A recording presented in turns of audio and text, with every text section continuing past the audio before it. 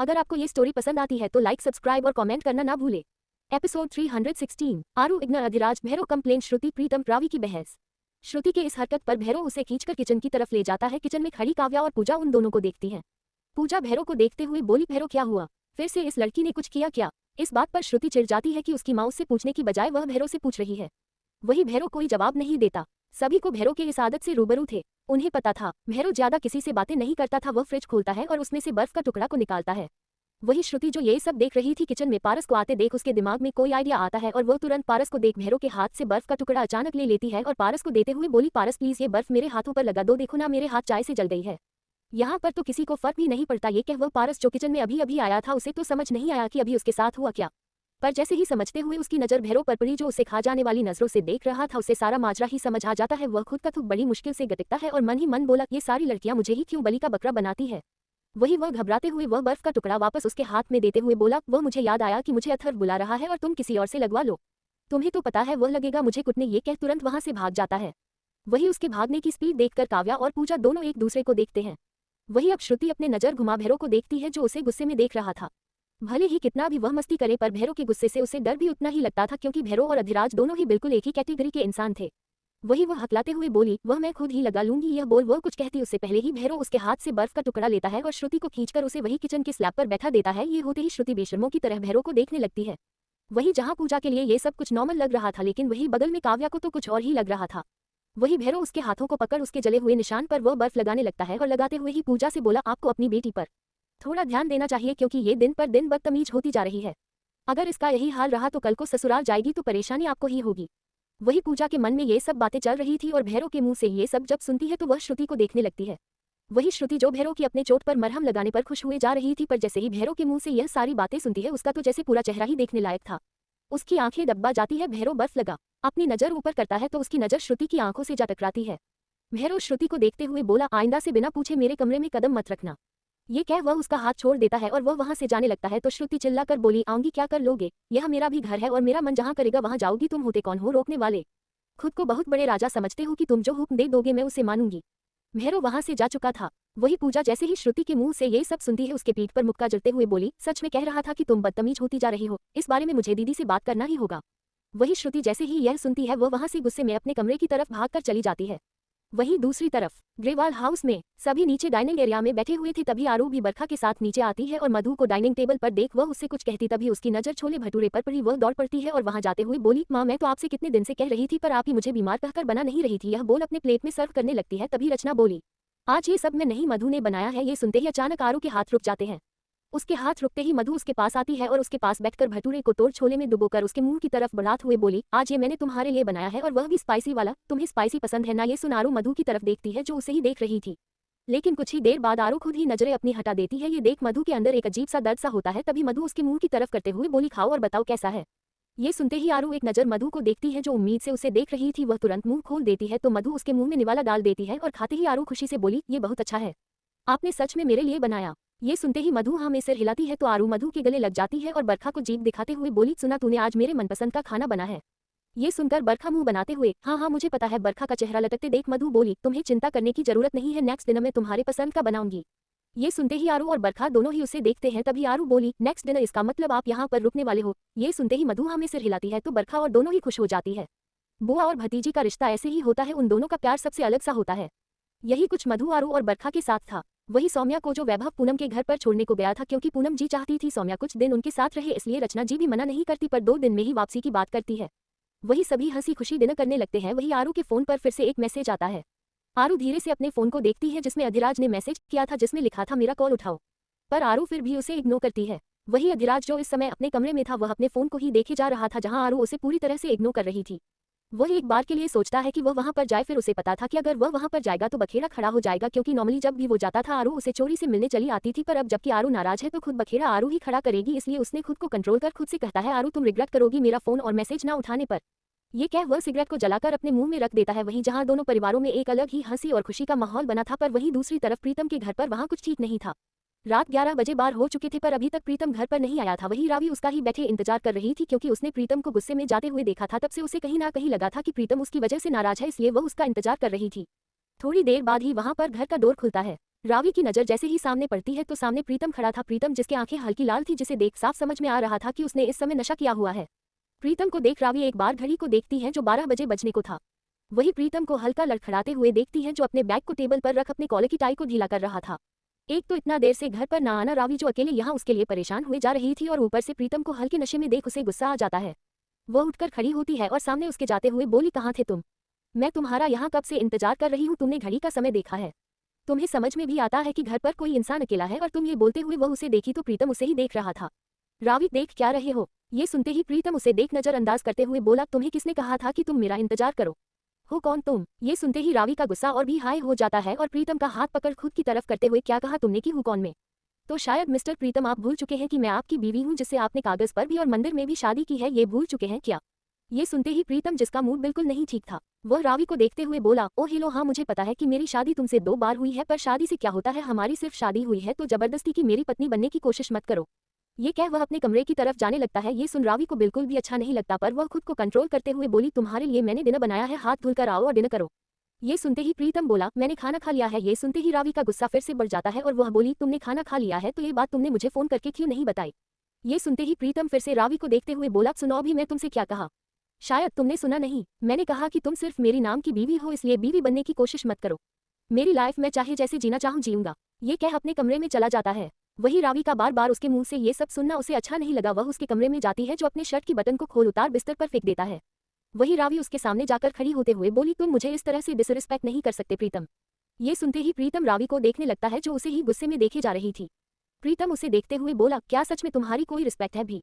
प्रीतम के मुंह से ये सुनना रावी ने कभी नहीं सोचा था। उसकी आंखों में आंसू आ जाते हैं और वो प्रीतम को देखते हुए बोली, तुम कहना क्या चाहते हो? ये सुनते ही प्रीतम उसकी आंखों में देखते हुए बोला, मैं क्या कहना चाहता हूँ ये तुम बहुत अच्छे से जानती हो। मैं तुमसे शादी अपनी बहन की गृहस्थ जिंदगी बचाने के लिए की थी, ताकि तुम अधिराज की लाइफ में ना जा सको, और अब जब हमारी शादी हो चुकी है तुम ये पत्नी बनने का दिखावा कर रही हो, जो मुझे बिल्कुल नहीं अच्छा लग रहा। ये सुन रावी की आंखों से आंसू गिर जाते हैं, तो प्रीतम आगे बढ़कर उसकी आंखों से एक बंद आंसू अंगुली पर ले उसे दिखाते हुए बोला, तुम ये पत्नी का कर्तव्य निभाकर ये दिखाना चाहती हो कि तुम अधिराज को भूल चुकी हो, पर ऐसा कुछ भी नहीं है। तुम नहीं भूली हो उसे। तुम्हें हर एक चीज में तुम्हें वही दिखता है। मुझ में भी तुम उसी को ढूंढने की कोशिश कर रही हो। अब तुम उम्मीद कर रही हूँ कि मैं तुम्हें अपना लूं, तो ऐसा मैं कभी नहीं होने दूंगा। मैं प्रीतम हूँ और वह अधिराज। जिस दिन तुम्हें ये फर्क समझ में आ जाएगा उस दिन तुम मुझे अपना ये पतिव्रता दिखाना। उसकी यह बात सुन रावी अपनी आंखें बंद कर लेती है। वह सच में इस दिल से इस रिश्ते को निभा रही थी। यह अलग बात है कि अधिराज उसके लाइफ का वह हिस्सा है जिसे भूलना इतना आसान नहीं था। यह एक ऐसा रिश्ता है कि वह अपने पार्टनर के साथ भले ही आगे बढ़ चुके हैं, पर इतने साल निभाया हुआ रिश्ता इतनी आसानी से नहीं भूला जा सकता था। रावी भी प्रीतम के साथ अपनी एक लाइफ शुरू करना चाहती थी, क्योंकि ऐसा सभी चाहते थे, और वह खुद भी अपनी लाइफ में आगे बढ़ना चाहती थी, पर प्रीतम के मुंह से ये सुनना उसे नहीं अच्छा लगा। वह खुद को कंट्रोल कर प्रीतम को देखते हुए बोली, मैं तो कम से कम प्रीतम कोशिश कर रही हूँ, पर तुम्हारा क्या? तुम तो अभी भी वहीं अटके हो। तुम कहते हो कि मैं राज को नहीं भूली, पर क्या तुम स्वरा को भूल चुके हो? वही यह सुनते ही वॉशरूम की तरफ जाते हुए प्रीतम के कदम रुक जाते हैं, पर अगले ही पल वह वॉशरूम में चला जाता है। रावी भी दौड़कर हॉल में चले जाती है और वही सोफे पर धम्म से बैठ जाती है। आज उसे प्रीतम की बातें इतनी कड़वी लगी थी, जो उसे कभी किसी की भी नहीं लगी थी। वही प्रीतम शॉवर के नीचे खड़ा था और उसे रावी की बातें इस समय गूंज रही थी कि क्या तुम स्वरा को भूल चुके हो? वह दीवार पर हाथ टिकाए वह खुद से कहता है, हाँ मैं स्वरा को भूल रहा हूँ, क्योंकि जब से तुम मेरी लाइफ में आए हो तब से आज तक मुझे स्वरा का एक बार भी याद नहीं आया।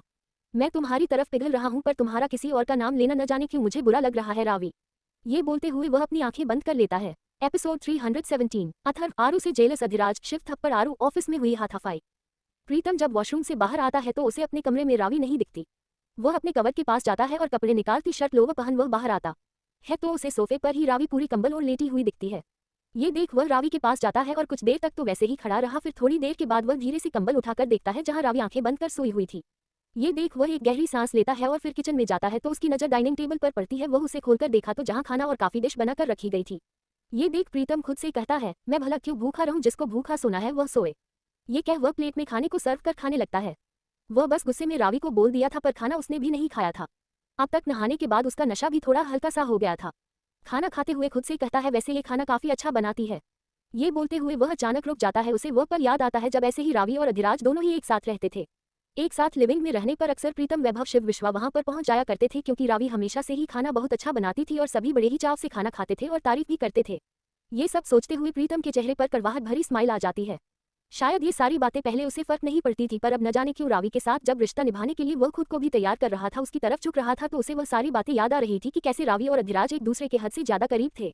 वह अपनी आंखें बंद कर से टिका देता है और खुद से कहता है, आरू तुम सच में बहुत ज्यादा ब्रेव हो। इतनी कि इतना ज्यादा तो शायद अधिराज भी नहीं होगा। ये बोलते हुए वह रावी को देखा जिसका चेहरा अभी भी चादर खुलने की वजह से खुला हुआ था। वह उसे देख नहीं पाता और वह तुरंत उठकर अपने कमरे की तरफ चला जाता है।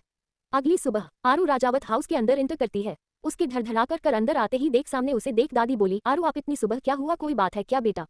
ये सुनते ही आरू दादी को देखते हुए बोली, मेरी स्वीट दादी, मैं आपसे थोड़ी देर में बात करती हूँ। ये बोलते हुए वसीडियो से चढ़ते हुए वह श्रुति के कमरे की तरफ जाती है और कमरे के अंदर जाती है तो देखी जहाँ श्रुति चुपचाप अपने आंखें बंद कर लेटी हुई थी, वही उसकी बगल में श्रेया बैठी थी। तो वहीं दूसरी तरफ प्रियांशु सर पकड़े बैठा हुआ था। श्रुति पूरे रात से ना ही खाना खाई थी और ना ही किसी से बात की थी।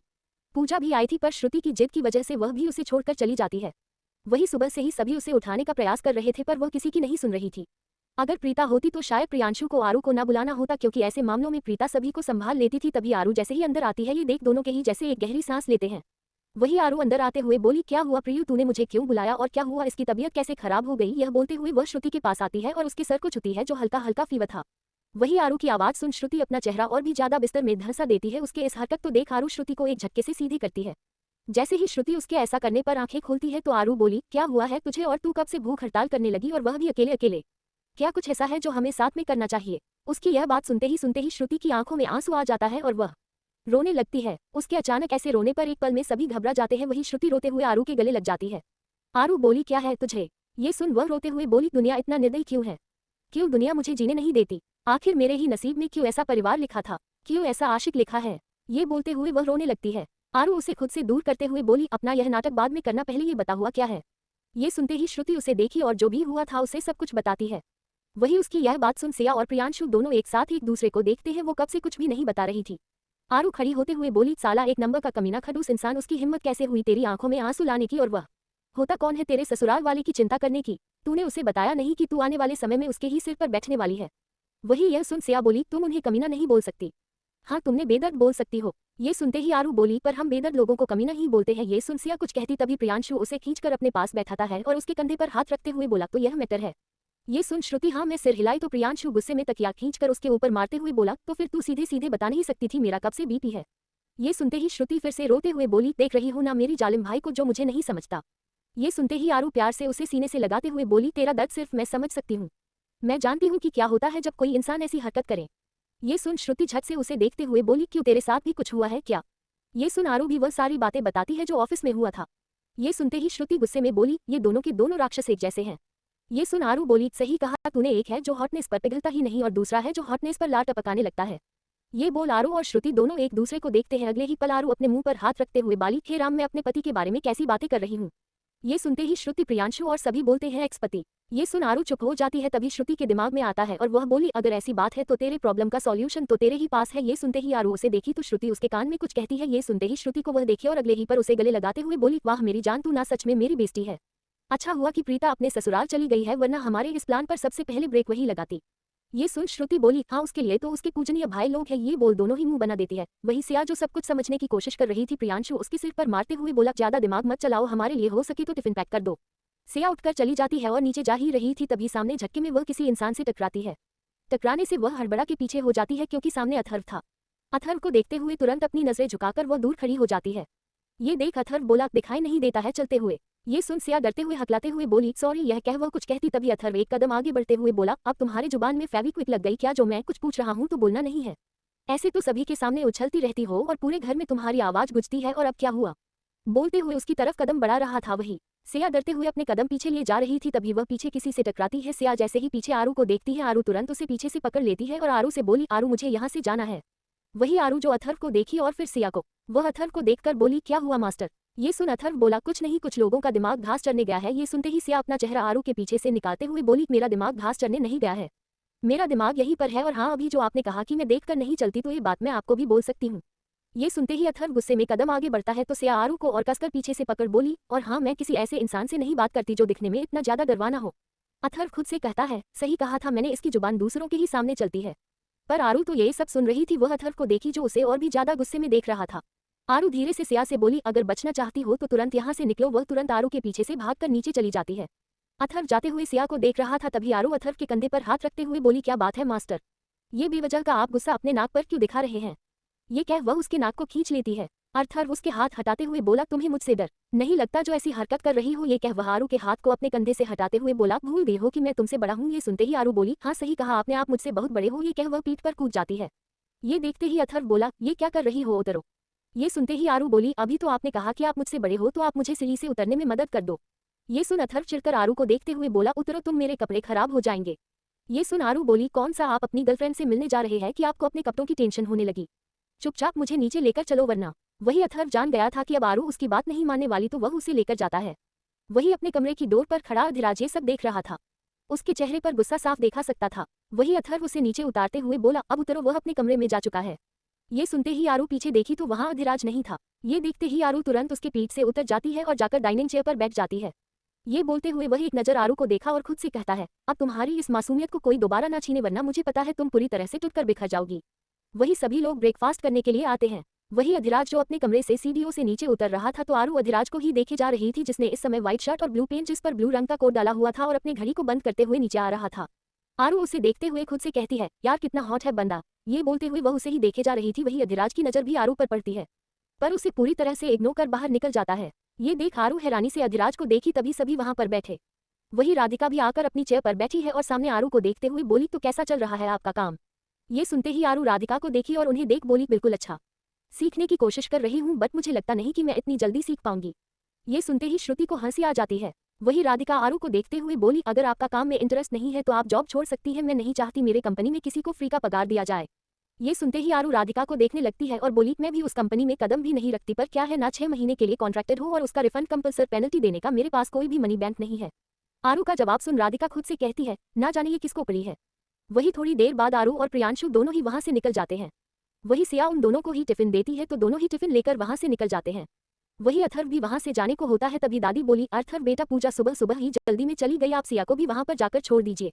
सिया जैसे ही यह सुनती है वह ठंडी पड़ जाती है और वह अथर्व को देखी जो उसे ही घूरे जा रहा था और वह हाँ कहता उससे पहले ही सिया बोली, वह अंकल आप भी तो वहीं पर जा रहे हैं ना? ये बोल वह अजीत को देखी तो अजीत बोला, हाँ मैं वहीं पर जा रहा हूँ। ये सुन सिया बोली, क्या मुझे आप छोड़ देंगे? ये सुन अजीत सिर हिलाता है। तभी कबीर पूछते हुए बोला, और मैडम आप? ये बोलते हुए वह श्रुति को देखा तो श्रुति बोली, मैं खुद चली जाऊंगी। यह बोल वह निकल जाती है। दादी राधिका को देख बोली, राधिका आपने शादी की बात अभी रचना से नहीं की। ये सुनते ही राधिका खुद से ही मन में बोलती है, कैसे करूं बात? अभी तो सब कुछ सीक्रेट ही चल रहा था। अब जब रचना से इस बारे में बात होगा कि सब कुछ पब्लिकली करना है तो न जाने वह कैसा रिएक्ट करेगी। आज पहली बार राधिका के चेहरे पर एक टेंशन था। वही बरखा जो इस समय शिव की गाड़ी में बैठी हुई थी। वैभव जो अधिराज की शादी जा चुका था, वही शिव भी ऑफिस की तरफ ही जा रहा था तो रचना के कहने पर उसे बरखा को भी ले जाना था। बरखा मेरा बाहर देखे जा रही थी, तभी शिव जो उसे ही देख रहा था। ये देख बरखा इरिटेट होकर बोली, क्या हुआ, आजकल आपको कुछ ज्यादा ही लड़कियों में इंटरेस्ट आने लगा है? ये सुन शिव उसे घुरते हुए बोला, क्या मतलब है तुम्हारा? ये सुनते ही बरखा बोली, नहीं आपने जो खुद को चारों तरफ फैला रखा है कि आप लड़कों में इंटरेस्टेड है, पर आपको देखकर लग नहीं रहा कि आप लड़कों में इंटरेस्ट रखते हैं। ये सुनते ही शिव उसे अजीब नजरों से देखते हुए बोला, क्या बात है तुम्हारे, थोड़ा सा क्लोज क्या आ गया तुमको? तो मुझ पर पूरी तरह से भरोसा हो गया। ये सुनते ही बरखा उसे देखने लगी और बोली, हाँ सही कहा, आप मेरे क्लोज आते हैं और कभी किसी के गले लगते हैं, इससे तो यही दिखता है कि आप ये सिर्फ लड़कों को पसंद करने वाला नाटक दिखाते हैं। शिव जो उसकी बात को इग्नोर करता है पर अगले ही पल अचानक गाड़ी जोर से रोकता है। गाड़ी के रोकते ही बरखा हैरानी से शिव को देखते हुए, यह क्या तरीका है, अभी मुझे चोट लग जाता। तभी शिव थोड़ा स्ट्रिक्टली वे में बोला, तुम्हें कैसे पता कि मैंने किसी को गले लगाया था? ये सुनते ही बरखा को अब जाकर ध्यान आता है और वह बोली, वह मैं बस ऐसे ही बोल रही थी, उस दिन आपने मुझे गले लगाया था, वह इससे ज्यादा ना बोल। अपनी नजरें इधर उधर करने लगती है तो शिव झटके में उसके बाजू को पकड़ खुद की तरफ करते हुए उसे देखते हुए बोला, मैं मजाक के मूड में नहीं हूँ बरखा, मैंने जो पूछा बस उसका जवाब दो। ये देखा बरखा चिढ़ते हुए बोली, मैं भी कोई मजाक नहीं कर रही हूँ। ये बोल उसके हाथ को हटाते हुए बोली, और इस तरह से मुझे मत पकड़ा करो, मुझे दर्द होता है। ये कह वह शीशे को नीचे कर बाहर देखने लगती है। उसके जवाब को ना पाते देख शिव अपने माथे को सहलाता है जैसे खुद को कंट्रोल कर रहा हो और अगले ही पल बरखा के मुंह को जोर से पकड़ खुद की तरफ कर लेता है। ये होते ही बरखा के मुंह से दर्द भरी आह निकल जाती है। शिव ऐसा रूप कभी नहीं देखा था। वह दर्द से छुड़ाते हुए बोली, यह क्या कर रहे हैं आप? ये सुनते ही शिव गुस्से में उसे देखते हुए बोला, आखिरी बार पूछ रहा हूँ, तुम्हें कैसे पता मैंने किसी को गले लगाया था? ये सुनते ही बरखा की आंखों में आंसू आ जाता है, पर शिव की पकड़ उसके गालों पर उतनी ही कश्ती जा रही थी जितना बरखा देर लगा रही थी। उसकी आंखों से झरझर आंसू गिरने लगते हैं, पर शिव ने कोई भी दयागिरी नहीं दिखाई। अब शिव जोर से चिल्लाता है, मैंने कहा बताओ। ये सुनते ही बरखा रोते हुए धीरे से बोली, हमें सीसीटीवी हैक करके दिखाया था। वह इतना ही कहती है कि शिव उसके गाल को छोड़ देता है और गाड़ी को तुरंत ऑन कर तेजी से भगाता है। बरखा अपने चेहरे पर हाथ रखकर जोर जोर से रोने लगती है। बरखा बहुत ही समझदार और बहुत ही स्ट्रांग लड़की थी, उसके साथ कभी भी ऐसा बर्ताव नहीं हुआ था जैसा आज शिव ने किया था। बरखा कार में सिर्फ रोती रहती है पर शिव कोई जवाब नहीं दिया। लगभग 5 मिनट में ही वह गाड़ी गेट के बाहर रुकता है और तुरंत गेट खोल वह चाबी को वहां पर खड़े गार्ड की तरफ फेंक अंदर जाता है। वही बरखा शिव को वैसे देखा उसे एक अनजाना सा डर लगता है और वह भी उसके पीछे भागता है। वही शिव अंदर जाता है और उसे ऐसे गुस्से में देख सभी उसे ही देखने लगते हैं। शिव कौन था ये बात अच्छा खासा सभी लोग जानते थे। वह जैसे ही नजरें इधर उधर करता है तो उसकी नजर आहान पर पड़ी, जहां आरू और प्रियांशु के साथ खड़ा था और आरू को देखते हुए कुछ बातें कर रहा था। वही आरू मुस्कुराए जा रही थी। वही आह्वान उसे मोबाइल में दिखाते हुए बोला, ये देखो। पर वह इससे आगे कुछ कहता है तभी शिव आगे बढ़ता है और अचानक आहान को खुद की तरफ कर उसके मुंह पर जोर से मुक्का जड़ देता है। ये होते ही आहान को जो समझ नहीं आता वह धड़ाम से गिर जाता है। वही यह सब होते ही सभी लोग वहां पर जुट जाते हैं। वही शिव यही नहीं रुकता और वह उसे एक और मुक्का जड़ देता है। आहान जिसे समझने में समय लगा वह तीसरा वार में शिव का पकड़ लेता है और जोर से लात शिव को मारता है और उठकर खड़ा हो जाता है और वह चिल्लाते हुए बोला, यह क्या है शिव। ये सुनते ही शिव उसे देखते हुए बोला, तेरी हिम्मत कैसे हुई हमारी पॉलिसी के बाहर काम करने की। ये सुनते ही आहान को समझ आ गया पर बाकी सभी कुछ नहीं समझ पाए। तभी आहान बोला, देखो बात को पहले सुन लेना। पर शिव आगे बढ़कर उसे फिर से एक मुक्का जड़ देता है। वही शिव गुस्से में चिल्लाते हुए बोला, तेरी हिम्मत भी कैसे हुई हमारे बिना कहे मर्जी की सीसीटीवी हैक करने की। सभी के लिए यह एक नॉर्मल सी बात थी क्योंकि आहान इसलिए रखा ही गया था क्योंकि कुछ ऐसा था जो अधिराज ने उसे रखा था। पर जैसे ही यह आरू सुनती है वह आगे बढ़कर शिव को रोकते हुए बोली, शिव रुको। उसने पर शिव उसकी नहीं सुनता और दोनों के बीच काफी ज्यादा हाथापाई होने लगती है। जहां आह्वान भी कम नहीं था वही शिव को रोकने की कोशिश आरू नाकाम कर रही थी। तभी कोई अधिराज केबिन में जाकर इन्फॉर्म करता है और अधिराज बाहर आता है और उन दोनों को ऐसे लड़ते देख वह बोला, रुको शिव। पर शिव नहीं रुक रहा था। तभी अधिराज आगे बढ़कर शिव को रोकता है।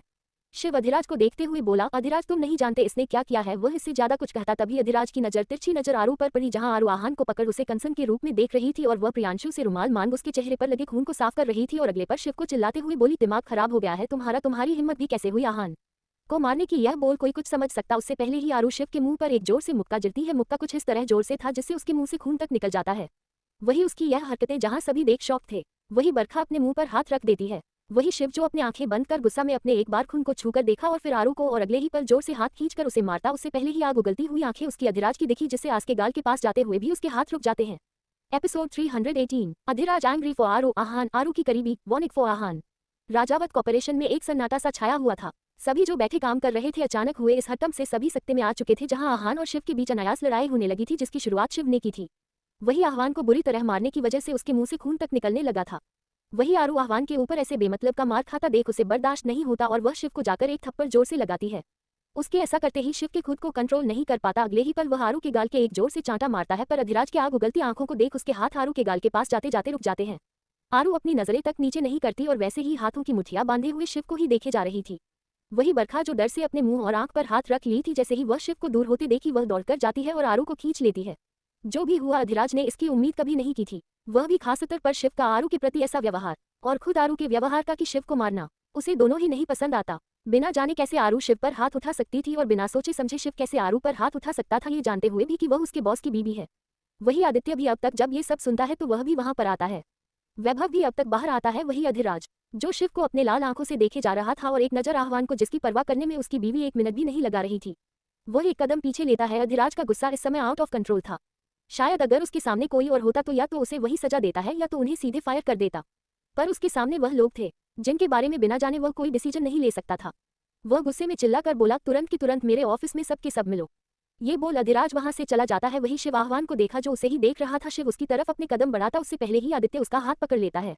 वही थोड़ी देर बाद अधिराज अपने चेयर पर बैठा था। उसके हाथों में इस समय सिगरेट थी जिससे वह सिगरेट पिए जा रहा था। उसके सामने इस समय शिव, आह्वान, आरू, प्रियांशु, बरखा, आदित्य और वैभव सभी मौजूद थे। अधिराज खुद को नॉर्मल करता है और काफी भारी और गहरी आवाज में बोला, क्या हुआ था और इसकी शुरुआत कैसे हुई। यह बोलते हुए शिव को देखा और उसे देखते हुए बोला, क्या तुम्हें मेरे कंपनी का रूल एंड फॉलो करते समय एक बार भी नहीं समझ में आया कि तुम्हें अपनी जॉब से फायर भी कर सकता हूँ। तुम्हें अच्छे से पता है कि नहीं हमारे कंपनी की कुछ रेपुटेशन है और तुम्हारी ऐसी हरकत देखकर लग रहा है सब खत्म कर रहे हो और आने वाले दिनों में इस कंपनी की 35वीं सालगिरह मनाई जाएगी। कितने लोग नजर गड़ाए बैठे हैं ताकि वह हमारी कंपनी को गिरा सके और यदि तुम लोग के इस हरकत का अंदाजा किसी बाहर को हुआ तो इसका खामियाजा कौन भुगतेगा। ये बात अधिराज इतनी जोर से बोलते हुए सामने रखे टेबल पर जोर से हाथ मारता है जिससे वहां खड़ी एक पल के लिए आरू सहमसी जाती है और उसके हाथ बगल में ही खड़े आहान पर पकड़ कस जाती है।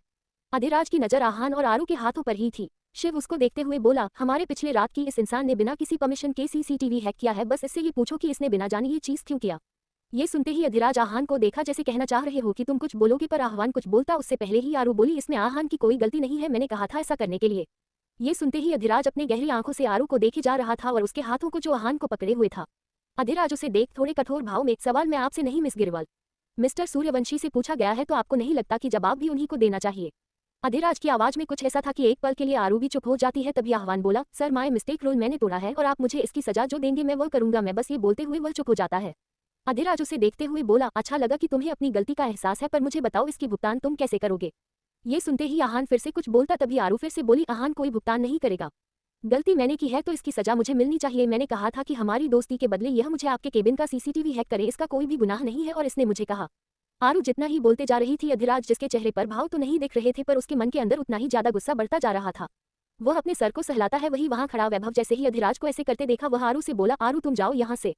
ये सुनते ही आरू किसी जिद्दी बच्चों की तरह बोली, मैं नहीं जाऊंगी, मैं नहीं चाहती कि मेरे वजह से किसी निर्दोष को सजा भुगतना पड़े। वहीं आहान बस आरू को ही देखे जा रहा था जो उसके लिए किसी सामने वाले वह भी ऐसी शख्सियत से बराबर लड़े जा रही थी। वही शिव गुस्से में आरू को और आहान को देखे जा रहा था। वही आरू की नजर जैसे ही शिव पर पड़ी वह चीखते हुए बोली, तुम घुर क्या रहे हो, तुमने जो हरकत की है ना, उसकी सजा मैं तुम्हें देकर रहूंगी। वही आरू कुछ कहती तभी डोर पर खड़ा प्रीतम जो कब से सबको सुन रहा था और बाहर भी बहुत कुछ सुनकर आया था, उसकी आवाज आती है, तो आपको सजा चाहिए मिस आरू ग्रेवाल। आरू पीछे देखी तो वहां प्रीतम था। तभी प्रीतम चेयर पर बैठते हुए बोला, -2 दिन के बाद हमारे इस कंपनी की 35वीं सालगिरह है और यह एक बहुत ही ग्रैंड पार्टी है और ये ग्रैंड तरीके से होनी चाहिए और हम चाहते हैं कि आप इसकी सारी तैयारी करें और सिर्फ आप ही नहीं, हर न्यूइंटन जिससे इस कंपनी में हो रहे इस कोलैबोरेशन को लोग देखे तो पूछे कि आखिर किसने किया, और ऐसे में यदि आपका काम अच्छा होता है तो इससे आपको भी एक लेवल आगे जाने का मौका मिलेगा। साथ में इस कंपनी का नाम कि यहाँ के न्यूइंटन काफी ज्यादा टैलेंटेड है। ये बोलते हुए प्रीतम अधिराज को देखा जिसकी आंखों की रंगत ही कुछ और थी। प्रीतम हल्की सी खराश को मिटाते हुए बोला, मैंने सही कहा ना मिस्टर अधिराज सिंह राजावत।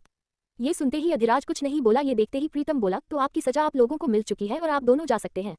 ये सुनते ही आरू एक नजर अधिराज को देखी और फिर प्रियांशु का हाथ पकड़ बाहर निकल जाती है। वही आह्वान वहां से जाता तभी पीछे से प्रीतम बोला, और मिस्टर आहान माना कि यहाँ का सब कुछ आपके हाथ में है पर आप बिना किसी के परमिशन के ऐसा नहीं कर सकते, और खासकर प्राइवेट रूम की वह क्या है कि इस मामले में आपको काफी लेने के देने पड़ सकते हैं। मैं आपको आखिरी बार वार्न कर रहा हूँ, उम्मीद है कि मेरी बातों को हल्का नहीं लेंगे। ये सुनते ही आह्वान प्रीतम को देख बोला, क्या करूं, किसी की दोस्ती को पाने के लिए ऐसी हरकत कर दी, पर आगे से ध्यान रखूंगा। ये बोलते हुए अधिराज को देखा और एक बड़ी सी स्माइल करते हुए बोला, और थैंक यू। ये बोल वह मुड़कर जाने लगता है तो उसकी नजर बगल में खड़े शिव पर पड़ी और वह शिव को देख उसके पास आते हुए बोला, माना कि तुम्हें मैं नहीं पसंद पर इसका मतलब यह नहीं कि तुम मुझ पर हाथ उठाओ। इस बार तुम्हें माफ कर रहा हूँ क्योंकि जो मुझे करना था वह मेरी दोस्त ने कर दिया। ये बोल उसके गालों पर इशारा करता है तो शिव के हाथों की मुठिया कस जाती है। तभी आहान आगे बोला, अगली बार कहीं ऐसा ना हो कि कुछ ऐसा कर दूं जिसकी उम्मीद भी तुमने ना की हो, क्योंकि मैं पलटवार काफी अच्छा करता हूँ। ये बोल आह्वान वहां से चला जाता है। आह्वान के जाते हैं शिव गुस्से में एक चेयर पर जोर से लात मारता है और दोनों हाथ अधिराज के टेबल पर मारते हुए बोला, अधिराज तुमने उसे ऐसे क्यों छोड़ दिया, क्या तुम्हें समझ नहीं आता कि वह इंसान देखने में जो है वह ऐसा नहीं है। ये सुनते ही अधिराज बिना शिव को देख बोला, निकलो मेरे केबिन से। ये सुनते ही शिव बोला, पर मेरी बात सुनो, तुम पछताओगे। मैं तुम्हें पहले भी कहा था कि यह इंसान ठीक नहीं है, पर तुम्हें न जाने कौन सा भूत चढ़ा है जो तुम इसे सब कुछ समझकर कंपनी को हवाले कर रहे हो। ये सुनते ही अधिराज बोला, इस बार अपने जुबान से एक शब्द बंद निकलना और get out of my cabin. ये सुन शिव फिर से कुछ कहता तो अधिराज वही बगल में रखे पॉट को पकड़ जोर से सामने दीवार पर मारता है। ये देखते ही शिव गुस्से में कदम पीछे करता है और वहां से निकलता है और जोर से केबिन का डोर पटकते हुए निकल जाता है। वही वैभव और आदित्य एक दूसरे को देखते हैं और फिर वहां से निकल जाते हैं। वही प्रीतम अधिराज को देखते हुए बोला, कूल डाउन यार। ये कह वह उसकी तरफ पानी का गिलास बढ़ाता है। ये सुनते ही अधिराज आंखें बंद कर अपना सर चेयर से टीका लेता है। तभी प्रीतम बोला, तुम्हें पता है कि शिव को जल्दी गुस्सा नहीं आता है और उस इंसान पर भरोसा करना सिर्फ इसलिए कि आहान ने जो राघदेव की काफी कुछ चीजों को हैक कर तुम्हें दिया है, इस बल पर तुम उसे अपने कंपनी में जॉब तो दे दिए पर उस पर आंख बंद कर विश्वास करना मुझे नहीं लगता कि यह सही है। आदित्य अपनी आंखें बंद करते हुए ही बोला, मुझे मिस्टर सूर्यवंशी की फिर से इन्फॉर्मेशन निकाल कर दो। ये बोलते हुए उसके दिमाग पर फिर से वही चलता है जब आहान आरू को देख रहा था और आरू उसके साथ क्लोज हो रही थी। आदित्य खुद से कहता है, काफी जल्दी दोनों के बीच में दोस्ती हो गई और मुझे पता है कि आरू दोस्ती कितनी ज्यादा खराब है, क्योंकि जिससे करती है फिर उसके लिए वह सबसे ज्यादा खास और इम्पोर्टेंट हो जाता है और फिर वह उसके खिलाफ एक शब्द तक नहीं सुन सकती। यह बोलते हुए उसे वह पल याद आता है जब वह आरू को बोला था कि प्रियांशु उससे प्यार करता है और वह उससे दूरी बना ले, पर आरू इस बात पर कितनी ज्यादा रोई हुई थी क्योंकि वह प्रियांशु से अलग नहीं हो सकती थी। इस बातों को याद करते हुए वह ये कहना छोड़ दिया था क्योंकि वह प्रियांशु के लिए आरू अधिराज से लड़ सकती थी। ऐसे में किसी और का आरू की क्लोज होना यह आज पहली बार अधिराज को खटक रहा था। प्रीतम जो अधिराज के भाव को समझ रहा था वह उसे देख बोला, ऐसा भी क्या हो गया कि आरू इतनी जल्दी किसी को दोस्त बना ली। ये सुन अधिराज प्रीतम को देखा तो प्रीतम बोला, जहां तक हम आरू को जानते हैं वह इतनी जल्दी किसी को दोस्त नहीं बनाती। अधिराज कुछ सोचने लगता है। वही आरू और सभी अपने चेयर पर बैठे होते हैं। वही बरखा अपनी नजर नीचे किए हुए चुपचाप काम कर रही थी, या ये कहा जाए काम करने का नाटक कर रही थी। वही आरू और प्रियांशु दोनों ही बैठे थे। आह्वान अपने केबिन में था। वही आरू की नजर अब जाकर बरखा पर पड़ी तो वह बरखा के देखते ही उसकी नजर उसकी गाल पर पड़ी। वह उसके गाल को देखते ही उठकर खड़ी होती है और उसके चेहरे को देख बोली, ये तेरे चेहरे पर क्या हुआ। ये सुनते ही बरखा आरू के हाथ को हटाते हुए बोली, कुछ नहीं, जाकर अपना काम करो। ये कह वह उसके हाथ को हटा देती है। तभी आरू बोली, पता क्या तुझे किसी ने मारा। ये सुनते ही बरखा उसे गुस्से में देखते हुए बोली, सभी के हाथ तेरे जैसे नहीं छुटते, जो कोई मुझे मारेगा। अब मेरा दिमाग खराब मत कर, जाकर अपना काम कर। आरू बरखा को ऐसे खींचकर गुस्से में बात देख वह उसे ना समझी में देखी। तभी प्रियांशु उसका हाथ पकड़ खुद के करीब खींच बैठा देता है और आरू को देखते हुए बोला, तुझे तो पता है ना यह और शिवाय मीन ये उसके पीछे पागल है और तुमने शिव को थप्पड़ मारा। शिव को थप्पड़ वाली बात पर आरू को याद आता है और वह गुस्से में बोली, अगर उसने फिर से ऐसी हरकत की ना तो मैं इस बार उसके बाल गंजे कर दूंगी। वही यह बोलते हुए उसकी नजर बरखा पर पड़ी जो उसे ही घूर कर देखे जा रही थी। ये देखते ही आरू तुरंत नजरें नीचे करते हुए बोली, यार इसके ऊपर तक काली माता सवार हो रही है। वही इन सब से अलग दूसरी तरफ अपने एक बड़े से ऑफिस के केबिन के अंदर विराट चेयर पर बैठा हुआ था और वह इस समय अपने काफी लोगों के साथ केबिन में ही मीटिंग कर रहा था। उसने कई क्षेत्रों में अपना हाथ डाला हुआ था और वह भी दुनिया में काफी ज्यादा नामी इंसान था। वह सभी को देख बोला, ठीक है मैं इस डील के बारे में एक बार जरूर सोचूंगा। ये सुन सभी हाँ में सिर हिलाते हैं और बाहर निकल जाते हैं। तभी केबिन का डोर खुलता है और विराट सामने देखा तो सामने अपने पिता को आते देख विराट तुरंत खड़ा हो जाता है और बोला, पापा आप यहाँ पर, आपने मुझे क्यों नहीं बुलाया, मैं आ जाता आपको लेने। ये सुनते ही राघदेव हंसते हुए बोले, अब एक बाप बेटे से भी नहीं मिल सकता। कंपनी अच्छी चल रही है, देखा मैंने और मुझे अच्छा लगा। स्वरा भी तुम्हारे साथ यहाँ पर काम करने को मान गई है। ये सुनते ही विराट खुद से कहता है, यही तो बात है जो अधिराज का ऑफिस छोड़ नहीं रही थी। वह अचानक एक बार कहने पर इस कंपनी के लिए हामी क्यों की, न जाने क्यों मुझे उसे देखकर कुछ तो गड़बड़ लगता है। विराट खुद से ही सारी बातें मन में बोले जा रहा था। तभी राघदेव की बातों से वह अपने होश में आता है। तभी राघदेव बोले, वैसे मुझे तुमसे कुछ बात करनी थी। यह सुन विराट बोला, हाँ बोलिए। कुछ देर तक सोचता है और फिर उसे देखते हुए बोला, मुझे पता है कि तुम बिजनेस और पारिवारिक मैटर को अलग रखते हो और तुम्हें पता है मुझे तुम्हारी यही बातें बहुत पसंद है। विराट को एक तरफ से गर्व महसूस होता है कि उसके पिता उसके काम से खुश हैं। वह उन्हें देखते हुए बोला, हाँ पापा बोलिए, वैसे तुम्हें वह बात याद है जो मैंने कुछ साल पहले तुम्हें बताई थी। ये सुन विराट देखते हुए, कौन सी बात? राघदेव बोले, वही विनाश सिंह राजपूत के बारे में। ये नाम सुनते ही जैसे विराट को कुछ याद आता है और अगले ही पल उसके हाथों की मुठ्ठियां कस जाती है। विराट उसे देखते हुए बोला, क्यों क्या हुआ? ये सुनते ही राघदेव बोले, जैसा कि मैं तुम्हें बताया था कि विनाश की वाइफ, उसका एक भाई का बेटा जो कुछ साल पहले, पर उसके बाद को काटते हुए विराट बोला, 21 साल पहले। ये सुनते ही राघदेव बोले, हाँ वही, हमें पता चला था कि वह सभी के सभी इस दुनिया से जा चुके हैं, पर हमें उस लड़का जिसका नाम अविनाश था, मुझे ऐसा लगता है कि यह अविनाश वही है जो राजावत फैमिली में आया था। ये सुनते ही विराट, अविनाश कैसे नहीं जानता उसे? तभी विराट बोला, आप चाहते क्या है? ये सुनते ही राघदेव पैर पर पैर चढ़ा बैठते हुए बोला, मैं चाहता हूँ कि तुम उसके बारे में पता करो, हो सकता है उसकी बेटी के बारे में भी पता चल जाए। ये सुन विराट राघदेव को देखा और बोला, ठीक है हाँ मैं पता करता हूँ। ये सुनते ही राघदेव मुस्कुराते हुए वहां से चला जाता है। उसकी जाते ही विराट बोला, आई हेट दिस गर्ल। वही लगभग शाम हो जाती है। ऑफिस कुछ ही देर में सभी अपने घर को निकलने वाले थे। तभी अंदर पियून आते हुए बोला, आरू मैडम। आरू उसकी तरफ देखती है तो आरू बोला, यह आपके लिए कोई देकर गया है, यह आपका कुरियर है। ये सुनते ही आरू बॉक्स को देखकर बोली, पर मैंने तो कुछ नहीं मंगाया। ये सुन वह बोला, पर यह आपके लिए ही आया है। ये सुनते ही प्रियांशु बोला, खोलना देखते हैं क्या है। ये सुन आरू मुस्कुराते हुए वह उस बॉक्स को खोलती है। बॉक्स खोलते ही वह देखी है तो उसमें एक बेहद खूबसूरत सा ताजा फूल रखा था। आरू फूल को देख अजीब सा मुंह बनाती है, पर वही रखे उसमें एक कागज को उठाती है और उसे खोलती है जिसमें लिखा था, तुम बहुत ब्रेव हो और मुझे अच्छा लगा कि तुमने सही का साथ दिया और आज तुम बेहद खूबसूरत लग रही हो। ये सुनते ही आरू पहले तो उस लेटर को देखती है और अगले ही पल उसके चेहरे पर मुस्कान आ जाती है। प्रियांशु उसे देखते हुए, क्या ये भाई ने भेजा? ये सुनते ही आरू बोली, और कौन भेज सकता है? तभी वहां पर आह्वान आते हुए बोला, क्या बात है? ये बोलते हुए वह लेटर को आरू से लेकर उसे पढ़ने लगता है और पढ़ते हुए आरू को बोला, ये तुम्हारा कौन सा नया आशिका गया? अभी तो मैं लाइन नहीं लगा हूँ। ये सुनते ही आरू उस लेटर छीनने की कोशिश करते हुए बोली, मुझे दो, यह मेरा है। ये सुनते ही आह्वान लेटर को ऊपर करते हुए बोला, अरे यार पर पहले मुझे देखने दो, आखिर इसमें कोई तो नाम पता होगा। ये कह वह लेटर को ऊपर करता है तो आरू उसे पकड़ने के लिए वह वहां उचकने लगती है। वैसा करते हुए ही वह आह्वान के बेहद करीब होती जा रही थी। वही आह्वान आरू को ही देखे जा रहा था। तभी आरू झटके से उस लेटर लेते हुए बोली, मुझसे पंगा मत लेना। यह वह उसे लेटर को बॉक्स में रखते हुए खुद से कहती है तो डेविल को अपनी गलती का एहसास हो गया। तभी आरू को एक मैसेज आता है। वह मैसेज देखती है जो अधिराज का था, जिसने उसे उसके साथ चलने को बोला था। ये देख आरू खुद से कहती है, इतनी जल्दी मैं आपको नहीं माफ करने वाली।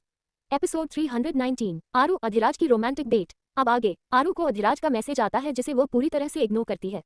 उसे लगता है कि अधिराज उसे मना रहा है और वह अभी तक तो उस बात के लिए अधिराज से बात भी नहीं की थी कि आखिर उस लड़की से वह कैसे क्लोज हो सकता है, और वह अपने नाराजगी दिखाना चाहती थी। इस बात से अनजान कि आरू की इस हरकत से अधिराज का गुस्सा उसकी तरफ बढ़ता ही जा रहा है, क्योंकि पिछले दिन से आरू नहीं उसकी कोई बात सुन रही है और न ही उसकी बात को कोई इंपॉर्टेंस दे रही है, जो अधिराज को बिल्कुल भी पसंद नहीं आता। वही आरू आहान को देखती है जो अभी भी मुंह बनाए उसे देख रहा था और उसे देखते हुए बोली, मेरे हिसाब से अब तुम्हारा काम हो चुका होगा और हम सब भी जा रहे हैं। वह प्रियांशु के साथ खड़ी होती है। तभी आह्वान बोला, चलो मैं तुम सभी को छोड़ देता हूँ। ये देख प्रियांशु आह्वान को देखते हुए बोला, क्यों, हम सभी को बाइक पर छोड़ने वाले हो जिस पर खुद एक ही लोग बैठ सकते हैं? ये सुन आह्वान का मुंह बन जाता है तो आरू उसके कंधे पर हाथ रख बोला, वैसे हम सभी डिनर के लिए बाहर चल सकते हैं। प्रियांशु की यह बात सुनते ही आरू खुश हो जाती है। तभी आरू बरखा की तरफ देख बोली, बरखा। बरखा बात काटते हुए बोली, मुझे कहीं नहीं जाना और शायद तुम भूल गई हो, यदि घर पर किसी को पता चला हम सभी बाहर डिनर करने गए हैं तो तुम्हें तो डर नहीं लेकिन मुझे डर है। वही बरखा की आड़ी टेढ़ी बातें सुनते हुए बोली, आरू बोली, तेरा ना दिमाग दिन पर दिन मोटा होता जा रहा है, एकदम से पूरी तरह से बुढ़िया बनती जा रही है। देख नहीं रही है सौम्या बच्चे पैदा करके बैठ गई और तू भरी जवानी में मौज मस्ती छोड़ इतनी सीरियस हो गई है, क्या करेगी ऐसी सीरियसनेस का? चलना। ये सुनते ही बरखा उसे गुस्से में देखती है। ये देखते ही आरू तुरंत बरखा के गले लगते हुए, चलना, हमें काफी समय हो गया है। तुझे तो पता है ना वह हिटलर हमारे ऊपर सख्त पाबंदी लगाई है, ना जाने उन्हें क्या हो गया है। जब सासू माँ नहीं थी तब ब्रेक, सासू माँ थी तभी पाबंदी। मेरी माँ से ज्यादा तो उनकी पाबंदियां मेरे ऊपर लगती है, पर देखना आज हम जल्दी यहाँ से निकल जाएंगे, प्लीज चलना। ये बोलते हुए पपी जैसा फेस बनाते हुए अपनी नीली आंखें टिमटिमाने लगती है। उसको देखते हुए बरखा अपने खुद के दर्द को बड़ी मुश्किल से समेटते हुए बोली, ठीक है चल। वही आह्वान सुनकर तो खुश हो रहा था। वही आह्वान उसे देख बोला, वैसे एक जगह है मेरी नज़र में और वह काफी स्पेशल जगह है, चलो मेरे साथ। यह बोलते हुए आह्वान बाहर चला जाता है। वही बरखा भी अपने बैग को समेटने लगती है तो प्रियांशु आरू के कंधे पर हाथ रखते हुए बोला, वैसे क्या एक्टिंग की है तूने बरखा को मनाने के लिए। ये सुन आरू बरखा को ही देखे जा रही थी। भले ही उसने बरखा से ज्यादा कुछ नहीं पूछा क्योंकि वह जानती थी बरखा उसे कुछ भी अगर नहीं बताना चाहेगी तो नहीं बताएगी। बरखा के चेहरे पर वह निशान देखकर तभी से उसका खून खौल रहा था क्योंकि उसने शिव पर थप्पड़ सिर्फ इसलिए नहीं मारा था कि उसने आह्वान को मारा था, क्योंकि उसे यह 100% श्योर थी कि यह बरखा के चेहरे पर निशान की वजह शिव ही होगा। क्योंकि बरखा शिव के साथ ही आई हुई थी और बरखा को थोड़ी खुशी देने के लिए उसने और प्रियांशु ने ये प्लान सोचा जो कामयाब भी हो गई। आरू खुद से कहती है, तेरे उस शिव को मैं छोड़ूंगी नहीं, तू देख लेना। कुछ ही देर में वह सभी वहां से निकल जाते हैं। वही अधिराज अपने कमरे में बैठा था, वह उठकर खड़ा होता है और उसने मैसेज सेंड कर दिया था और आरू पढ़कर भी उसने अभी तक रिप्लाई नहीं दिया था। ये देख वह टाइम देखा जो सभी के छूटने का समय हो चुका था। वह खुद से कहता है, ये लड़की मेरा गुस्सा क्यों बढ़ाती है। ये बोलते हुए वह बाहर निकलता है तो देखा अब तक धीरे धीरे सभी लोग निकल रहे थे। अधिराज को देख सभी एक साइड हो जाते हैं। अधिराज अपनी नजरें घुमाता है तो वहां ना प्रियांशु ना आरू बरखा और फिर अपनी नजरें घुमाता है तो ना आह्वान था। ये देखते ही कुछ पल रुका और तुरंत किसी को फोन लगाता है और फोन लगाते हुए बोला, कहाँ है इस समय वह। ये सुनते ही उधर से कुछ कहा जाता है। अधिराज ये सुनते ही उसका गुस्से में दिमाग फट जाता है पर वह वहां से निकलता है। तभी प्रीतम जो अधिराज का इंतजार कर रहा था वह बोला, मैं भी तुम्हारे साथ घर ही चल रहा हूँ। ये सुनते ही अधिराज उसे एक नजर देखा और उसे घूरते हुए बोला, शायद तुम्हें याद नहीं कि रावी राजावत हाउस में नहीं तुम्हारे घर पर है और तुम उसे अकेला छोड़कर यहाँ आना चाहते हो। ये बोल अधिराज गाड़ी में बैठता है और वहां से निकल जाता है। प्रीतम जाते हुए अधिराज को देखा है और वह भी गाड़ी में बैठ निकल जाता है। वही सभी कुछ देर बाद एक बड़े से होटल के सामने सभी रुकते हैं। होटल की लंबाई चौड़ाई कुछ ऐसी थी जिसे देख सभी हैरान थे। इतनी लग्जरी होटल देख आरू और सभी एक दूसरे को देखने लगते हैं। कहने को आरू और प्रियांशु एक अमीर घर से ताल्लुक रखते थे पर फिर भी उन्हें इतनी छूट नहीं थी कि वह ऐसी जगह पर मौज मस्ती कर सके। बहुत मुश्किल से ही चोरी से ही वह सभी क्लब जाते थे और ऐसे में यहाँ पर आना वह सभी खुश हो जाते हैं। पर अगले ही पल प्रियांशु बोला, यार मेरे पास इतनी पॉकेट मनी नहीं है, मेरी पॉकेट मनी तो ऑलरेडी मेरी हिटलर ने ले रखी है और मेरा मंथली आया भी नहीं है। ये सुनते ही आरू खुद से कहती है, मैं तो पहले से ही कंगाल हूँ। वही बरखा उन दोनों को देख बोली, यहाँ पैसे वेस्ट करने से अच्छा है कि घर चलो या फिर कहीं हम बाहर कुछ खा ले। वही बाइक को पार्किंग में लगाकर आते हुए आहान बोला, मैं हूं ना, आज मैं ट्रीट दूंगा। ये सुनते ही सभी उसे देखते हैं जैसे कह रहे हो, क्या तुम सच में यहाँ का बिल पे कर पाओगे। ये देख आहान हंसते हुए बोला, अरे डोंट वरी, मैं सच में बहुत अमीर हूँ, बस जॉब करता हूँ। इसका मतलब यह नहीं कि मैं कंगाल हूँ और मैं तुमसे सीनियर भी हूँ, भूलो मत। ये सुनते हैं नारू प्रियांशु एक दूसरे को देखते हुए बोले, हम तो फ्री का खाने के लिए हमेशा तैयार रहते हैं। ये कह वह सभी अंदर चले जाते हैं। वही आह्वान के चेहरे पर स्माइल आ जाती है। वही आहान अंदर जाते हुए बोला, हम रूफ की तरफ का एरिया चाहते हैं। ये सुनते ही वहाँ का मैनेजर बोला, सर वह पूरा एरिया बुक है। ये सुन आहान बोला, सर अभी तो मैं गूगल पर चेक किया था, वह तो बुक नहीं था। ये सुनते ही मैनेजर आदरपूर्वक बोला, सर अभी सिर्फ 1 मिनट पहले ही उसे किसी ने बुक किया है। ये सुन आहान गुस्से में मैनेजर को देखा है। ये देख बरखा बोली, हाँ तो छत के एरिया क्या जरूरी है, हमें सिर्फ खाना ही खाना है ना। ये सुनते ही आह्वान बोला, तुम्हें नहीं पता वह एरिया काफी खूबसूरत है और वहां से लुक भी बहुत अच्छा लगता है। ये सुन आरू के अंदर भी एक लालसा जग जाती है उस चीज को देखने की।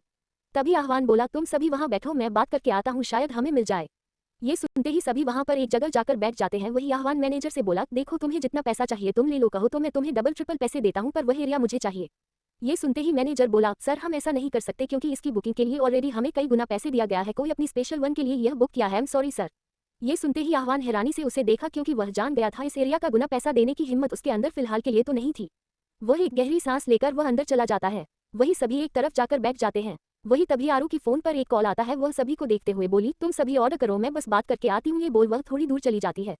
ये फोन किसी और का नहीं प्रीता का था, जिसके फोन को वह अवॉइड नहीं कर सकती थी। वह प्रीता से बात करते हुए थोड़ी दूर पर चली जाती है। बात कर वापस जाने को होती है कि वेटर बोला, मैम आप लोगों को रूफ एरिया मिल चुका है और आपके साथ जो लोग आए थे वह लोग ऊपर बुलाए हैं। ये सुनते ही आरू खुश हो जाती है और वह बोली, क्या सच में। ये सुन वह वेटर हाँ मैं सिर हिलाता है। आरू नजरें घुमाती है तो उसे वह सभी कहीं नहीं दिखते। ये देख वह लिफ्ट की जगह वह सीढ़ियों से चढ़ते हुए ऊपर की तरफ जाने लगती है जो 8वीं मंजिल पर थी। आरू ऊपर के एरिया पर जाती है तो वहां जैसे ही पहुंचती है वहां का नजारा देख वह हैरान हो जाती है। काफी अच्छी और खूबसूरत सी ग्रीनरी की गई थी और वहां पर एक बड़ा सा झूला था। वही बीच में स्टाइलिश सोफे चेयर लगा हुआ था। वही एक बड़ा सा झूला और सबसे ज्यादा खूबसूरत चांद बेहद नजदीक से लग रहा था। आरू वहां जाती है तो एक हवा का झोंका उसके चेहरे पर आता है। वह खुद से बोली, कितना खूबसूरत रूफ एरिया है, मैं कहीं भी ऐसा नहीं देखा था। ये कह वह मुस्कुरा कर घूमती है। तभी उसको ध्यान आता है कि वह यहाँ पर अकेली है, यहाँ तो कोई है भी नहीं। ये देख खुद से कहती है, ये सभी मुझे यहाँ पर बुलाकर खुद कहाँ गए। पर तभी एक आवाज वहां पर गुंजी, कैसा लगा। यह आवाज सुनते ही आरू हैरानी से पीछे देखी जहाँ एक पैर पर टिका अधिराज खड़ा था। अधिराज को देखते ही आरू की आंखें बड़ी हो जाती है और वह उसे देख हकलाते हुए बोली, आप कौन। ये सुनते ही अधिराज आंखें छोटी कर उसे देखते हुए बोला, अच्छा कुछ नए लोगों से क्या मिल ली, आप तो खुद के पति को ही भूल गए मैसेज। ये सुनते हैं आरू इधर उधर नजरें कर वह वहां से भागती। उससे पहले ही अधिराज उसे कमर से पकड़ उसे उठा लेता है क्योंकि उसे आरू के इस हरकत का अच्छे से अंदाजा था। आरू छटपटाते हुए बोली, मुझे छोड़ो, मैं यहाँ पर आपके साथ नहीं आई हूँ। अपने दोस्तों के साथ आई हूँ, ये कह वह खुद को छुड़ाने लगती है जो अधिराज के हाथों से छुड़ा नहीं पा रही थी। अधिराज उसे देखते हुए बोला, मुझसे छुड़ाना इतना आसान भी नहीं है बॉक्सिंग चैंपियन। ये सुनते ही आरू मुंह बनाते हुए बोली, पर मैं आपसे बात नहीं कर सकती, मैं आपसे नाराज हूँ। ये सुनते ही अधिराज आरू को वैसे ही उठाते हुए वहां उस सोफे के पास ले जाकर उसे बैठा देता है। ये देख आरू उठती उससे पहले ही अधिराज थोड़े कठोर भाव में बोला, कोशिश भी मत करना यहाँ से हिलने की। अधिराज की आवाज कुछ ऐसी थी कि आरू चुपचाप बैठ जाती है और वह बोली, मेरे दोस्त नीचे हैं, क्या हम उन्हें नहीं बुला सकते। ये सुनते ही अधिराज बोला, हमारी डेट में तुम्हारे दोस्त क्या करेंगे यहाँ पर आकर। ये सुनते ही आरू का मुंह खुला रह गया और वह बोली, ये कब प्लान हुआ। ये सुन अधिराज बोला, अभी। क्यों, कोई प्रॉब्लम है। ये सुन आरू बोली, नहीं, मैं आपसे नाराज हूँ और मैं आपके साथ यहाँ नहीं रह सकती। ये सुनते ही अधिराज बोला, गुस्सा मुझे तुमसे होना चाहिए, 2 दिन से तुम ना मेरा कॉल उठा रही हो और मुझे इग्नोर कर रही हो और नाराज तुम हो। ये सुन आरू बोली, मेरी नाराजगी उससे भी बड़ी है। ये सुनते ही अधिराज बोला, अगर ऐसी बात है तो मुझे तुम्हारी नाराजगी दूर करना अच्छे से आता है। ये बोल उसकी तरफ झुकता है तो आरू उसे देखने लगी। अधिराज अगले ही पल उसके हाथों से फोन खींच लेता है। आरू के फोन से अधिराज किसी को कॉल करता है। कॉल करते ही उधर से बरखा कॉल उठाती है और चिल्लाते हुए बोली, कहाँ चली गई तू, कब से तुझे मैं खोज रही हूँ, क्या तू मेरा सुख चैन लेकर ही मानेगी।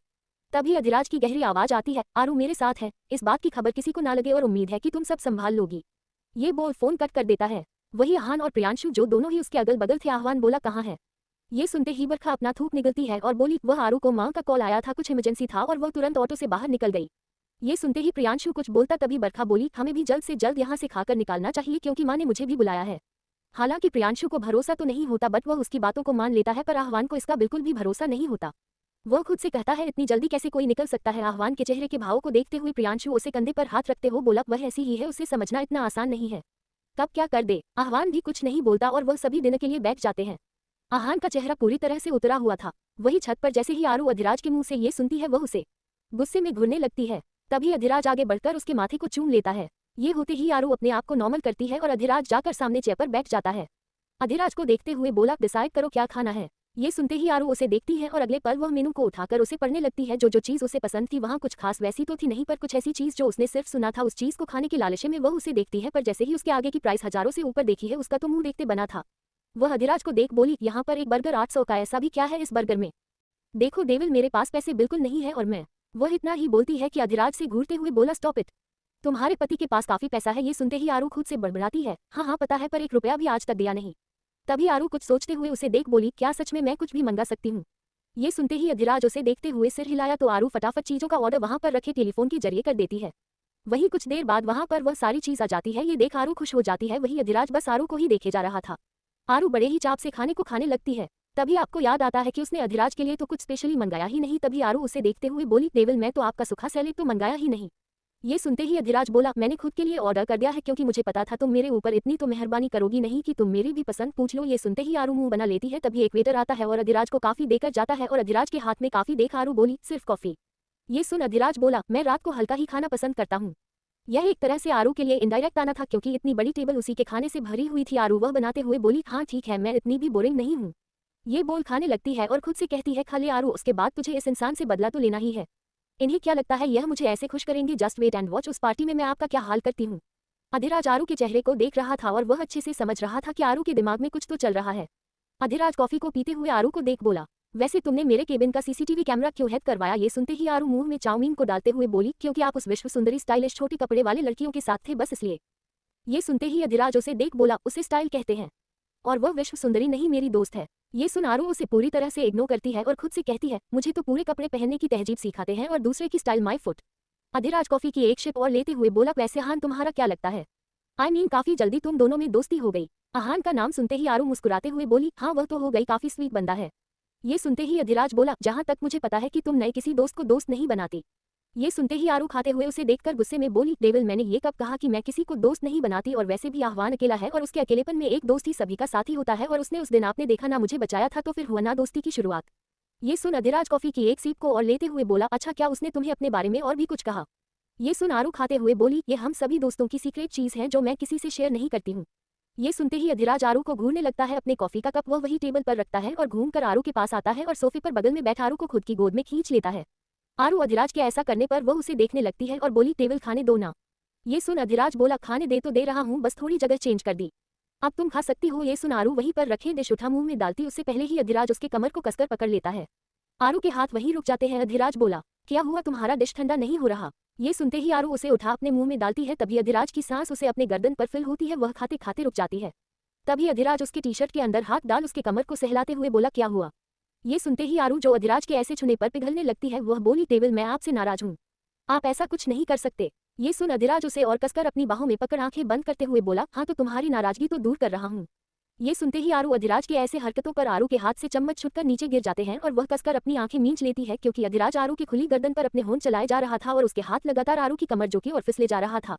एक भी आवाज उसके मुंह से नहीं निकल रहा था। अधिराज आरू के गर्दन पर ही अपने होंठ चलाते हुए उसके कानों के पास पहुंचता है। आरू के हाथ अधिराज के हाथ पर कसते जा रहे थे। तभी अधिराज उसके कान के पास जा धीरे से बोला, आहान से दूर रहना। ये सुनते ही झटके से आरू अपनी आंखें खोलकर अधिराज को देखता है तो अधिराज बोला, मुझे नहीं पसंद मेरी बीवी के करीब कोई जाए और मेरी बीवी मेरे अलावा किसी की इतनी ज्यादा चिंता करे। ये सुन आरू अधिराज को देखते हुए बोली, क्या आपको जेलसी हो रही है? ये सुनते ही अधिराज बोला, अगर तुम्हें लगता है कि यह जेलसी है तो हाँ, मुझे जेलसी हो रही है। ये सुनते ही आरू के चेहरे पर एक अजीब सी मुस्कुराहट आ जाती है। उसकी मुस्कुराहट को देख अधिराज बोला, और यदि तुम जेलसी बढ़ाने के लिए उस इंसान के और भी ज्यादा करीब जाने की कोशिश की तो मैं तुमको सजा दूंगा और तुम बात पछताओगी। यह सुन आरू बोली, मुझे सच में सजा दोगे आप? वह इतना ही बोलती है कि अधिराज अगले ही पर उसके गर्दन में हाथ डाल उसे खुद के करीब खींच लेता है और उसके होठों पर अपने होंठ रख देता है और उसके इस एहसास से जहां आरू आंखें बंद करती है पर कुछ ही देर में अधिराज से छूटने के लिए नाकाम कोशिश करने लगती है। यह एक नॉर्मल किस नहीं, एक पनिशमेंट किस थी जो आरू को अब समझ आ चुका था। थोड़ी ही देर में अधिराज के हाथों को वह अपनी शर्ट के अंदर अपनी बॉडी पर महसूस करती है। अधिराज उसे अपने प्यार से ही उसे दर्द दे रहा था। आरू को नहीं पता कि अधिराज का मकसद कुछ और ही था और यहाँ होना। लगभग 10 मिनट तक अधिराज उसके बालों को पकड़े वैसे ही उसके होठों से लिपटा रहा। जब आरू की हद से ज्यादा सांस तेज हो गई तो अधिराज उसके होठों से दूर होता है और अधिराज को देख उसके गोद से उठकर भागती उससे पहले ही वह उसे वही सोफे पर धकेल देता है और उसके ऊपर आते हुए उसके हाथों को पकड़ उसे सोफे के पीछे लगा देता है। आरू लंबी लंबी सांस लेते हुए बोली, देवल, आपको पता भी है हम कहाँ पर है? ये सुनते ही अधिराज उसके करीब आते हुए बोला, क्या हुआ? अभी तो तुम्हारी पनिशमेंट पूरी भी नहीं हुई। यह सुनते ही आरू की आंखें बड़ी हो जाती है और फिर से अधिराज उसके होठों पर होठ रख देता है। वही लगभग 1.5 घंटे बाद आहान अपनी फ्लैट की तरफ पहुंचता है। उसे ऐसा महसूस हो रहा था जैसे उसके पीछे कुछ लोग हैं। वह बार बार पीछे देखा तो उसे वहां पर कोई नहीं दिखता। ये देख वह अपने फ्लैट के अंदर चला जाता है। फ्लैट के अंदर जाते ही वह आईने में खुद को देख रहा था और उसकी आंखें धीरे धीरे गुस्से से लाल होने लगती है। अगले ही पल वह किसी को फोन करते हुए बोला, पता करो उस पूरे छत को किसने बुक किया था। जैसे आहान के दिमाग में कुछ तो चल रहा था और वह फोन कट कर देता है। शीशे में देखते हुए वह खुद से कहता है, तुम सिर्फ मेरी हो। ये बोलते हुए उसके चेहरे पर एक अजीब सी मुस्कान थी। एपिसोड 320, आहान का शक, अधिराज आरू पर, शिव कै बरखा, विराट एंग्री स्वरा बहस। जैसा कि अब तक हमने पढ़ा, उन सभी के दिनों को अधिराज अपनी डेट बना चुका था। हालांकि इसका मकसद आरू से सब कुछ जानना था। आरू के लिए अधिराज इंपॉर्टेंट था, वह उससे प्यार करती थी, बट अपने दोस्तों के मामलों में आरू हमेशा से ही काफी ज्यादा स्ट्रिक्ट रही थी। उसके लिए उसके दोस्त उसकी जान थे। ऐसे में अधिराज अच्छे से जानता था कि अगर वह उसके दोस्तों के खिलाफ कुछ भी बोलेगा या कुछ करेगा तो आरू की नाराजगी जाहिर हो जाएगी। ऐसा कह सकते हैं कि आरू इस मामले में किसी की नहीं सुनती थी। शायद आरू अपने दोस्तों की वजह से ही आज भी उसके अंदर वह बचपना था और वही बचपना उसे सभी को पसंद भी था। आरू अधिराज के दूर होने के बाद से जिस तरह से टूटी हुई थी, उसके बाद से फिर से वह धीरे धीरे नॉर्मल सी होने लगी थी। पर कहते हैं ना, इंसान को वक्त सबक दे जाता है, इसलिए अपने साथ हुए हर चीजों से आरू को एक सबक मिल चुका था और वह सबक था कि उसे अपने लाइफ में कुछ करना था। वह कभी भी अधिराज के पैसों पर या किसी के भी पैसों पर कोई भी हक नहीं जताती थी, सिर्फ इसलिए क्योंकि उसे कुछ करना था, उसे बड़ा बना था। वहीं दूसरी तरफ बरखा भी घर पर पहुंचती है। रात के लगभग 10:30 बज चुके थे। वहीं वह अंदर जाती है तो उसे हाल में ही रचना बैठी मिलती है। ये होते ही वह एक पल के लिए हड़बड़ा जाती है। अब उसे रचना के सवालों का सामना जो करना था। बरखा रचना को देखते हुए, माँ आप अभी तक जाग रही हैं? ये सुनते ही हाथ में पकड़े बुक को एक साइड रखते हुए रचना उसे देखते हुए बोली, घर की दोनों बच्चियों बिना बताए कहाँ गई हैं? यह एक माँ को पता तक नहीं है और ऐसे में आप मुझसे पूछ रही है कि मैं अभी तक जाग क्यों रही हूँ। ये सुनते ही बरखा नजरें झुका लेती है और धीरे से बोली, माँ वह हम सभी लोग डिनर पर चले गए थे। ये सुनते ही रचना उसे देखी पर बरखा का चेहरा देखा जो शर्म से झुका हुआ था। वह उसे देख बोली, अगर आपको कहीं जाना है तो आप मुझे बता सकती है, मैं आप लोगों की फ्रीडम को नहीं छीनती हूँ, बस आप लोगों की इतना देर आना मुझे नहीं पसंद। बरखा को क्या पता कि रचना किस डर में हमेशा से जीती थी और शायद ना ही वह किसी को बता सकती थी और ऐसे में ही सभी लोग रचना को रोल समझते थे। रचना उसके सिर पर हाथ रखते हुए बोली, अगर आप खाना खा ही चुको हैं तो जाकर सो जाए, पर इतना तो बता दीजिए कि आपकी बहन अभी तक कहाँ गायब है। ये सुनते ही बरखा मुश्किल से थूक निगलते हुए बोली, माँ वह अधिराज के साथ है। ये सुनते ही रचना कुछ नहीं कहती और वह वहां से अपने कमरे में चली जाती है और खुद से कहती है, मुझे समझ नहीं आता आखिर इन दोनों का रिश्ता है क्या और कब तक चलेगा ऐसे। वह अपने कमरे में चली जाती है। वही बरखा नजरें इधर उधर घूमकर चुपचाप अपने कमरे में चली जाती है। बरखा अपने कमरे में जाती है तो खुद को आईने के सामने देखती है जो उसके चेहरे की लाली अब कुछ कम तो हो चुकी थी, पर शिव की हरकतों से हुई वह चोट वह भूल नहीं पा रही थी। उसकी आंखों से आंसू भर जाते हैं और वह बिलख कर रोने लगती है। रोते रोते ही वहीं पर बैठ जाती है। काफी देर तक वह वैसे ही रहती है। थोड़ी देर बाद खुद को कंट्रोल कर वॉशरूम जाती है और रात के कपड़े पहनकर वह बाहर आती है। बाहर आते हुए उसकी नजर वही डोर पर खड़े शिव पर पड़ी। शिव को देखते ही वह उसे कुछ कहती और चिल्लाती पर चुप हो जाती है क्योंकि उसे शिव से बात भी नहीं करना था और जाकर बिस्तर पर लेट खुद को पूरी तरह से कंबल से ढक लेती है, जिसका साफ मतलब था कि उसे उससे बात नहीं करना। वही शिव जो बरखा को देख रहा था और खुद को ही एक गिल्ट में पा रहा था। बाद में उसे अपने हरकतों का एहसास होता है, उसे बरखा के साथ ऐसा नहीं करना चाहिए था।